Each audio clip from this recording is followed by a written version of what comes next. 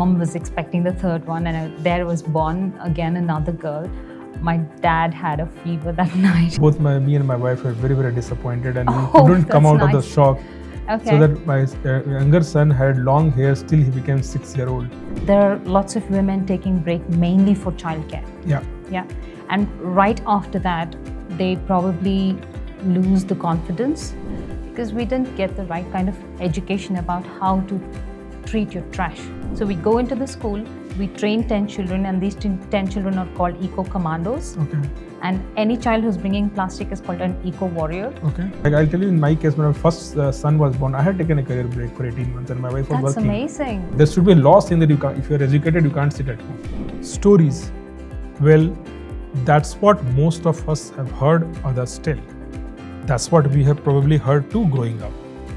Well, what makes a great story? Maybe it's not that complex. A simple story with little incidents, failures, roadblocks, and those tiny milestones that need to be celebrated. Maybe it's as simple as that.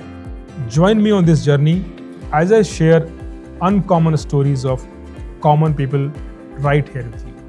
Keeping in line with the theme of showcasing uncommon stories of common people, today we have a very special guest, a learner Geeta who did one of our certifications.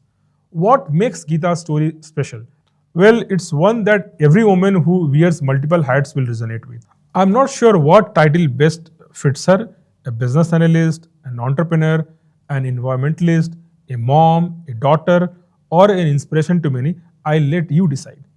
So, welcome to As Simple as That, Geeta. Let's start with a quick introduction. So, help us understand your personal as well as professional background. Thanks, Krishna. I'm so humbled to be even meeting you today. It's amazing the kind of institute you've created for people. And I can't tell you the kind of advantage people like myself are gaining from it.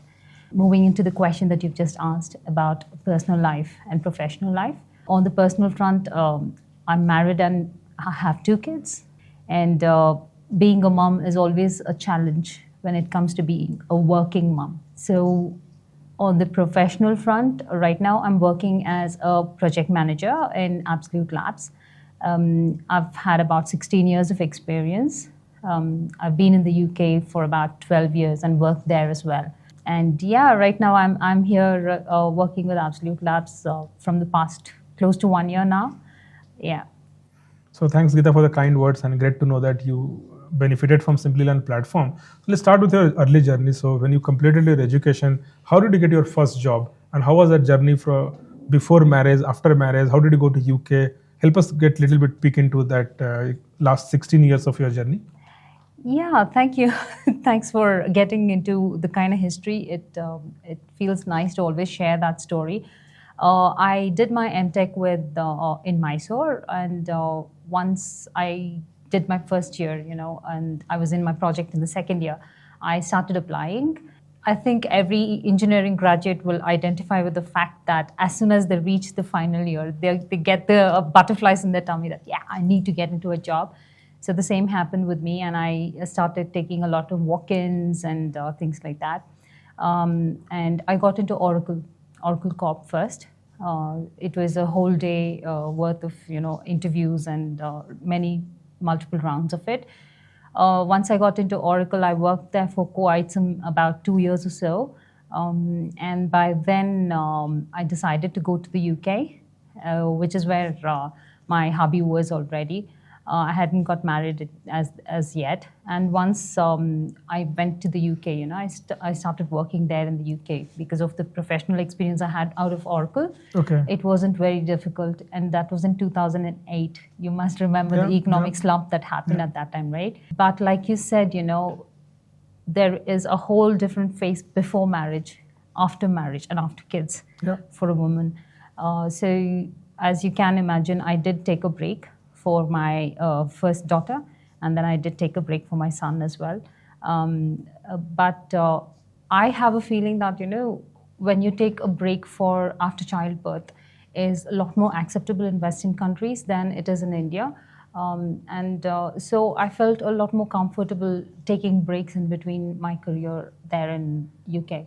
You grew up in Bangalore, right? And Yes. Also saw that your father was a professor of MS Ramaiah Institute, which is one of the most popular engineering school here in Bangalore. So how was it doing engineering from an institute where your father is a professor, or I think you're the principal also, right? He was the principal, and it was like a typical Three Idiots kind of a story. It's very humbling to be in the same institute that your dad is working, and there is a pressure as well. But I think being a part of such a great institute is always going to be behind you, because even now, Yeah. when in Absolute Labs during my interview, the question came up in which institute did you pass out of? And when I said it's MSRIT, it was recognized. So being in premier institutes really matters. I also heard about that you had 3 siblings and you are the youngest of all, and it was a very different experience for your father, who was expecting a boy than a girl. And so I'm sure, what was the experience, like his thought process then, and how he looks at it today? Yes, thanks for asking this question, Krishna. I think the attitude still remains in the society that there has to be a boy in the house. And you can imagine the pressure back then, like 30, 40 years back. My parents already had two daughters, and my mom was expecting the third one, and there was born again another girl. My dad had a fever that night. He's like, because always girls were looked at, they're like a liability. But very fortunately, my dad, he moved out of the village. He did his MTech in a city within Andhra Pradesh, in one of the top universities. And then from there on, he applied in Bangalore, MSRIT, and he got through tough competition. I'm so glad he took that step. Once he got a job here and we came down to here, things were very different. So I can tell you, Geeta, that things have changed for sure. I'll tell you my own story, that we had our second kid as a son. Both me and my wife were very, very disappointed, and we couldn't come out of the shock. Okay. So that my younger son had long hair, still he became 6-year-old. Oh, and people couldn't differentiate whether he was a boy or a girl, because he had a very cute face and a long hair, so everybody used to think that he's a girl. Right. Yeah. That's a very good shift in mindset, Krishna. But I can tell and relate all through my life the number of times I've been asked, "Oh, there's no boy in the house. Is there no son in the house?" So my answer would always be, "Is it necessary?" And like you asked, what's my dad's feeling right now is, they feel so much more cared for by 3 daughters, because if not me, my sisters, we are all bouncing off each other to make sure my parents are always comfortable. So Geeta, coming back to your professional journey, so one thing that I want to ask from you, and that's something that I find is unusual.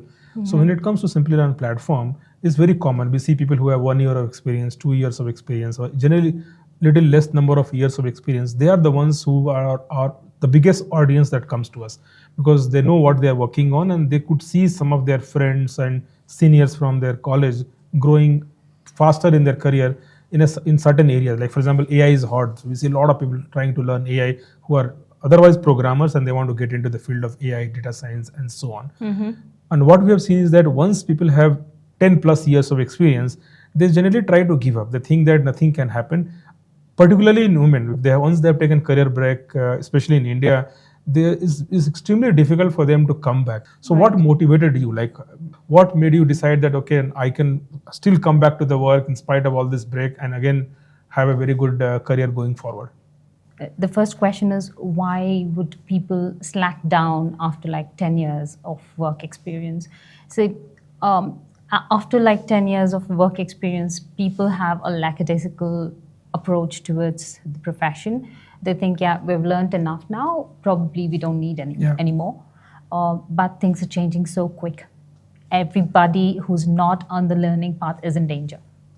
Yeah, either you're in the learning path or you're in the path where there is nowhere to go forward. And I think keeping ourselves up to date with what's coming up, being there, doing that, is very necessary. Otherwise, it's very quick to see our junior surpasses. Yeah. When we speak about break, there are lots of women taking break mainly for childcare. Yeah. Yeah. And right after that, they probably lose the confidence to be able to, upskill themselves to go there. And they don't even know there are avenues like Simplilearn in which they can do courses that will probably propel them to the professional level they want to get to. I think women and other people who are on breaks or who want to change the professions as well can take advantage. But I have to tell you that the industry is also not very welcoming. They get discouraged, but they get discouraged up to the point that they want to give up. Yeah, I would say that, it's okay to get discouraged, but don't give up. Yeah, keep trying. If you aim at the sky, you land up on the top of the tree. So that's my attitude as well. And when it comes to my break, I wasn't on a typical break as such. Yeah, I took a break to experiment different things. So I had about 12, 13 years of experience by then. And I wanted to make a social change. I wanted to see if I can. So I started with my daughter's podcast. She was about 8 when we started. And she got an American award as well for it. So in just about 1.5, 2 years, the kind of educative experience she received out of the whole podcasting experience is something that no university can give. And what kind of podcasting was it? This is very fascinating. Talking about certain topics, certain kind of individuals. Tell us more about that. Yes. So the name of her podcast was Little Mind Chats. Okay. The punchline being, minds are little, not our thoughts. And she interviewed about 60 odd people from across the world. Okay. And we planned it in such a way that we had seasons. So the first season was health for children. Okay. The second one was what about education? So we literally got educationists inside, and she's like, why do you give us homework? Yeah. So she was able to ask those kind of questions. And then we had space, we had earth and environment, sports. This is very fascinating. Is she continuing with that? No, she isn't. So that sounds very good. Because of course, kids have opinion about a few things, and having a that's platform where a they separate can story. ask, right? Yeah. I mean, one thing I've realized is children grow up and the interests move on. Yeah. So as long as she was interested in it, I was able to produce about 130 different episodes. So I was her chief editor and momager, I should say. So she got the skill of reading through very quickly and being able to comprehend what they're speaking and question them back. Yeah, and she actually surprised quite a few people around the world. She even interviewed the Defense Secretary of India. Wow. Yeah, so when I took the break, I didn't want to waste my time.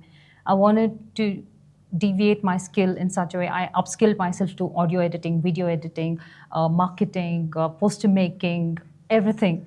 And post that, while we were in environment season of hers, we met quite a few very eminent scientists. And because of what they were saying, it was quite evident that all of us have to take that first step to last step responsibility in what we're doing on Earth.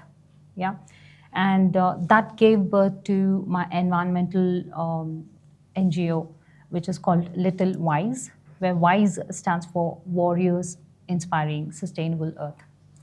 And through this, NGO, we are not just educating children, catch them young. Now our trend is so irresponsible, I wouldn't hesitate to call it irresponsible, because we didn't get the right kind of education about how to treat your trash.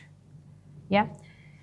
And if we caught the children young now, and we gave them a platform to express their love for Mother Earth, to learn new things about how to keep a better environment, how to treat themselves better and the earth better, I think they will grow up to become more better individuals. And so we created, I devised a software, I got it developed, and the website is now able to register in Eco Warriors. Okay. And when Eco Warriors bring in plastic, they get points. Very interesting. Okay. Yes, so I've gamified it for children. So what they're actually doing on the ground, you will see it reflect software based, and they're able to redeem their points to buy something sustainable on brownliving.in, because so far we've been able to collect close to 3 metric tons. Wow. And now we're moving into e-waste. And there is a good scope for us to go into collecting used clothes. Now, all of these are huge pollutants on Earth. Yeah. So we're not just doing a lot of a tangible effort on the environment. We're also educating them parallelly, and we're also gamifying it. So Geeta, tell me, like you talked about your kid podcast, and that's such a great idea, and you learned the entire skills that are required to make a podcast and go live. So you always had this learning agility that I always trying to learn something all the time. So I'm not surprised that you are doing some certification, because if you can figure it out the entire thing by your own, editing to publishing to marketing, I'm sure you can acquire any certification easily. Help me understand, how do you manage your time? Because you spoke about your NGO, you have 2 kids, you're also working on a full-time job, and then you have parents. I'm sure you're spending some time with your parents also. So how do you go about allocating your time? I should say I do a lot of things ad hoc, but I do make sure I'm addressing each one in chunks. When I'm working, I don't do any other stuff, because I don't do moonlighting sort of stuff. I have to work as a professional. I cater that whole time for my work. But besides that, as when we look back at what we do the entire day, there's so much of time we actually waste.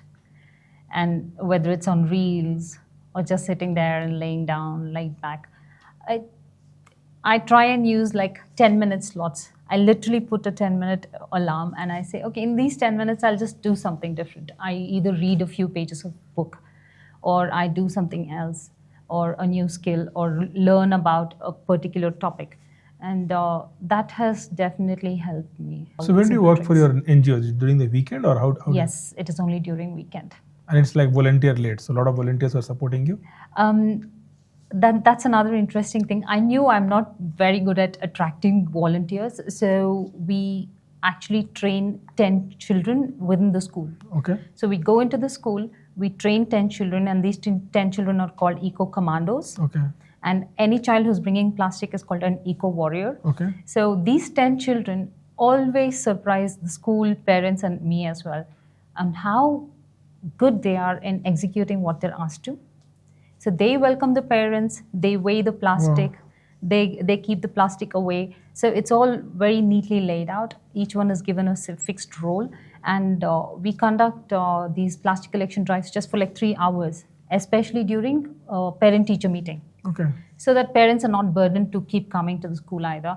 And they're working brilliantly. Just on August 3rd, we collected 173 kilos of plastic in 3 hours. So generally these drives are at the school campus? Yes, only in the school campus. So I've devised it in such a way that, because people need to come down and get their points as well, right? So it has to be weighed, the kind of plastic that bringing in. So anytime you come to me, I can tell you that this child has made this kind of progress in helping the environment. Got it. So Geeta, coming back to your job search, so you had a break and you took a course, and you also had a good institute name on your resume from where you graduated. So when you started looking out for a job after this break, how do you see what was given weightage, your actual work experience, your certifications, or they look at this fact that you are investing in your on learning something new? How was your experience? You've actually hit the nail in the right point, because after a break, it can be very intimidating to go out there and put your stuff out there. I myself, despite having so many years of experience, I took some professional help in making sure my CV is presentable enough. Okay. But before that, I made sure I took the certification from Simplilearn, because I didn't want to apply for a particular position without having the confidence that I'm eligible to take it up. Okay. Yeah. And certifications kind of put you to a point where you can convince yourself and the person looking at your CV that, yeah, you can do the job, sorts. So that's one reason why I got into Simplilearn certification, PSPO. But why Simplilearn is because my sister, who's a manager in another, she worked as a director as well. And she said she did her PMP certification from Simplilearn. She said, "Don't worry, I know this guy." And then she gave me the number of I can't remember one of your representatives. And then I called him, and he was very good at explaining what is needed. And I had a few doubts whether it has to be PSPO or something else. And he got the right people with the right information to help me make the right decision. And it happened pretty quickly. And during the course as well, it gave me the confidence when the instructor was asking questions. Due to my previous experience, I was able to answer. Now, that kind of interaction brings back the confidence within ourselves that though you're not in a corporate job, you can, now you still have those skills within yourself, and this certification is going to give you that extra leverage. Yeah. So it's kind of reinforce your confidence. You're always Absolutely. confident, but it kind of gives a more validation that yes, I can still do it. Yes. So tell me, like there are a lot of ladies who are in similar position. They're excellent at their work, great academic credential, but once they are into like raising kids and have taken break, somehow they find it very difficult to come out. So what will be your advice to them? I mean, I might sound a bit, snobbish if I said this, but then women are, especially in India, women are under definite family pressure. I know a lot of people, a lot of women who've not taken career break out of their own will, but because they were forced to. Yeah. Kids are too young. You need to take a break. Or the kid is not well. You need to be with them. So the very thought of getting back to work becomes like a huge challenge. Yeah. But then there is a point when your children are grown up, they're going to full-time school, and you're at home doing nothing up until 5 o'clock or something. And then suddenly they realize that, hey, I'm a graduate. I'm a rank holder. I should be doing something more valuable with my time. And unfortunately, the society is set up in such a way that everything is skewed towards money. Anybody who's earning, anybody who's financially independent is a lot more valued. Yeah. So naturally, women are losing out not just on the confidence, they're losing out on the economic exposure or what they can do with their lives. Yeah. All in the name of family. I'm not saying that's a bad thing at all, but I'm saying there's definitely a balance you can strike. But do you think that it's more self-acceptance? Like, for example, when I see a lot of cases where women say that, okay, they have taken a backseat because they had more family responsibility. Many times I think that this is like something that they self-selected. Like, for example, let's say there is a kid who is not keeping well. Why can't the husband go? It's a fair question to ask. So the ladies have to ask that question. Many times I think that they take it on themselves that, okay, it's not something that open for discussion. Exactly, right? Exactly. So women are conditioned, to such an extent that now they think that, this is me. Yeah. Who are you to tell me not to take? So like self-imposed, right? Yeah, so they've been conditioned ever since the childhood, but that's changing. Now that there are enough children in the city or in anywhere where they're seeing their moms working, they know that mom is not available all the time. It can be mom or dad. Yeah. And that's definitely shifting right now, and that is where the struggle comes in as well. I think there are a lot of stories. Like I'll tell you, in my case, when my first son was born, I had taken a career break for 18 months, and my wife was working. That's amazing. That's very inspiring, to be honest. And coming from someone like you, I think fathers should listen to something like that. And it's not an obligation that only a man should work and the woman should be caretaker of the house. It's got to be that's what is happening in my house right now. Though I'm into a career, when my husband has a meeting and I'm free, I take care of the household chores. And when I have a meeting and he's free, he's okay to go pick up the kids and do the other things. So as long as we have that nature of bouncing off each other's, free time and whatever, it is workable. Definitely. And coming back to the question on what are the choices women have who are looking at coming back to work and are struggling with that decision, I would say, even if you're 60, even if you're 70, you can look out for some work. It's not for proving some point. It is for keeping yourself more occupied. I have a personal belief that as a country, we can never become a developed country if ladies do not start working. Our current ratio of female participation in workforce is so bad that it is worse than what it used to be in 80s. And you know why? Because in 80s, there are a lot of like this manual labor. People who are poor, husband and wife both work. You can notice that. Like, look at all your housemates, look at all the construction workers. They can't afford to have only one guy working and feeding their kids. So both of them work. Exactly. So in 80s, we had more such workers in our society. So our overall female participation in workforce was higher than it is today. Today it is lower because there are a lot of this ladies who think that their husbands are working well enough. Why should they work? There should be a law saying that if you are educated, you can't sit at home. if there was a way, right? Because this is the only way for us to make our economy grow. If that law comes out, I want another pending law along with it, which says that men should not decide a woman's career. Yes. Like I've seen in Simplilearn, a lot of ladies, like there was a girl who worked with us for almost 12 years. She recently left.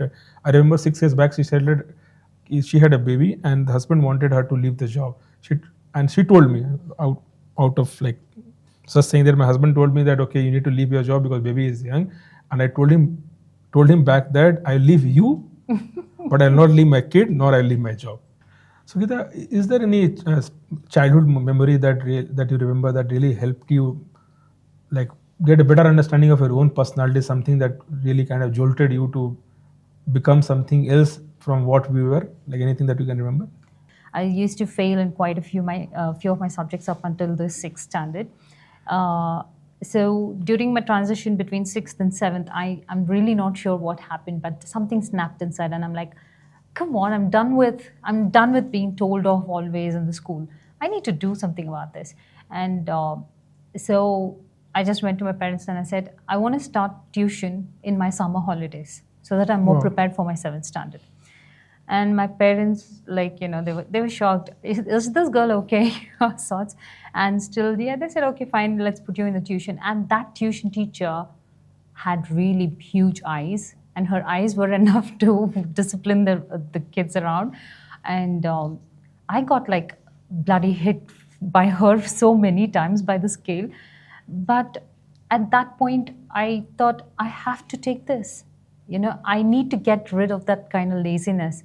And my theory worked that if I'm prepared over the summer holidays, my 7th might be better. And suddenly I rose up in ranks and my confidence boosted up. And I got to know that, this getting good grades is not out of my reach. I can do it. Tell me, while growing up between your parents, who had more impact on who you are as a person? Your mother, your father, or both equally had an impact? I think you are the youngest sibling, right? Yes. And what about your sisters? Yeah. So being the household of an academician can be a lot extreme. And when my dad is like a PhD holder and my mom was a housemaker, my mom was denied education after 8th because her dad was like, hey, should I get her educated? And the world was like, no, why beyond 8? She's not going to get person to get married to. And that's it. That kind of decided her entire life. And she still holds on to the feeling that I should have got educated, because how enterprising my mom is, it's amazing. It's amazing. She tries so many different things. She's very skilled and she's spot on with her timing and everything.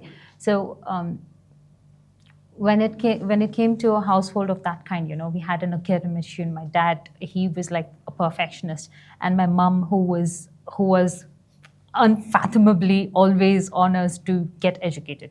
Don't miss out on what I'm missing. And given the situation where we had a lot of relatives and everyone who were like, hey, you've got like 3 daughters, man, what are you going to do with their lives?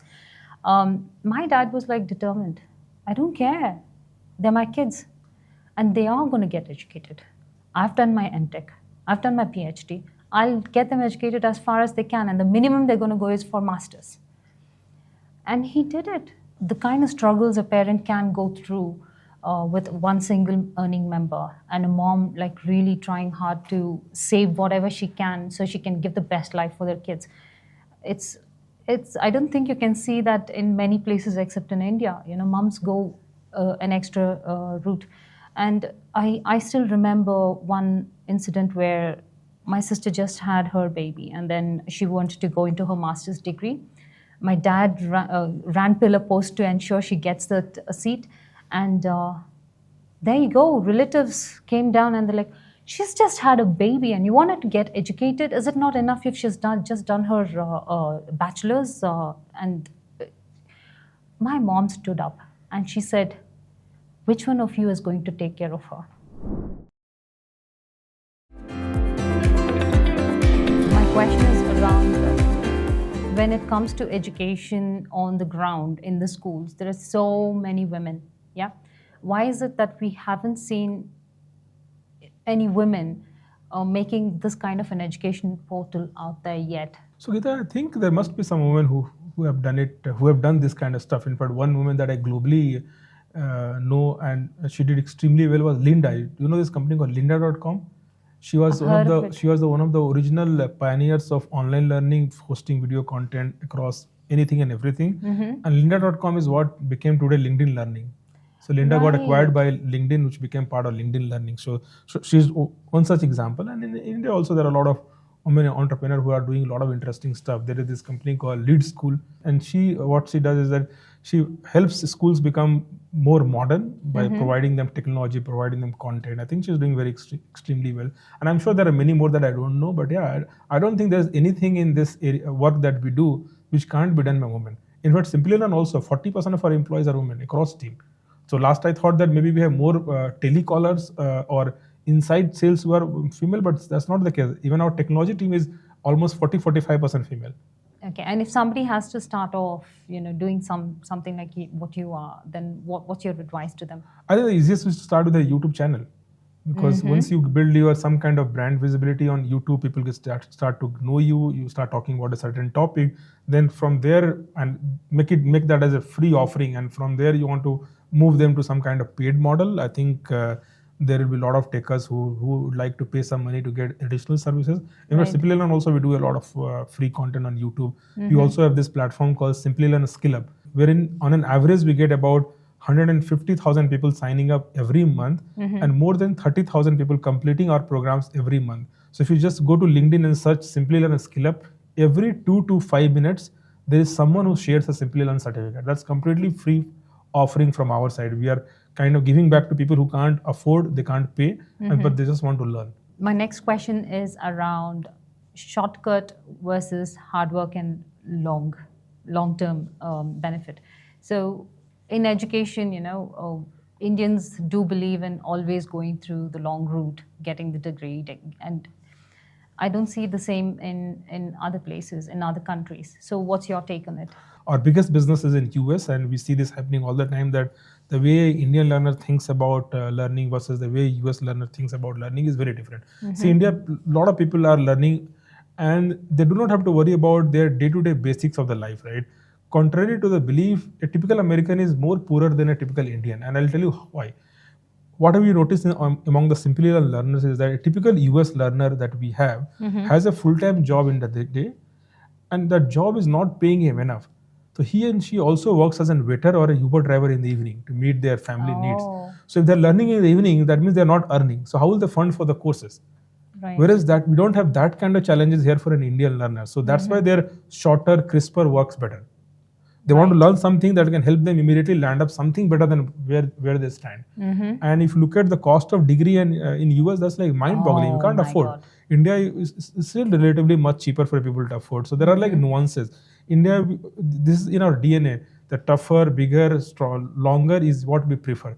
Even though we don't go through the entire curriculum, but we want to keep it, and we want to take it and keep it somewhere. Right? We don't know for what, but we want to hoard that and keep it with us. Yes. Whereas we take a typical American learners, they want to spend 1 month, 2 months, 3 months to acquire a skill, and then they can go and market that skill to get a job that can help them get that incremental value in their earning. Right. So there are nuances that we have seen, and of course we have a different set of program that we offer for the US audience, and we offer a different set of program for Indian audience. There are some common program like PMP is a very popular certification in India also, as well as in US also, but definitely there are nuances to both the Western and the Eastern world. So great meeting you, Geeta, and really listening about your story. I'm sure a lot of our learners can relate to your story.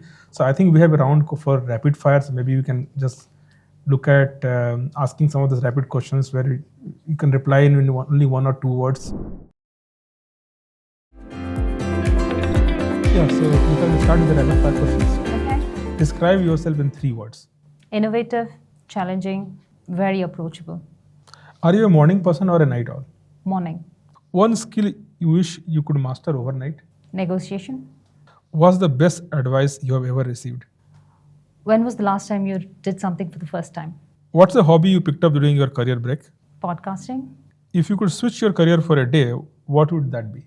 Heading the United Nations so I can make sure there are good policies coming out. Good. What's the best decision you have ever made? To continue educating myself. If you could have one piece of advice for your younger self, what would that be? Don't be scared about what people are going to say. Just do what you want to. And what next on your bucket list? More environmental efforts.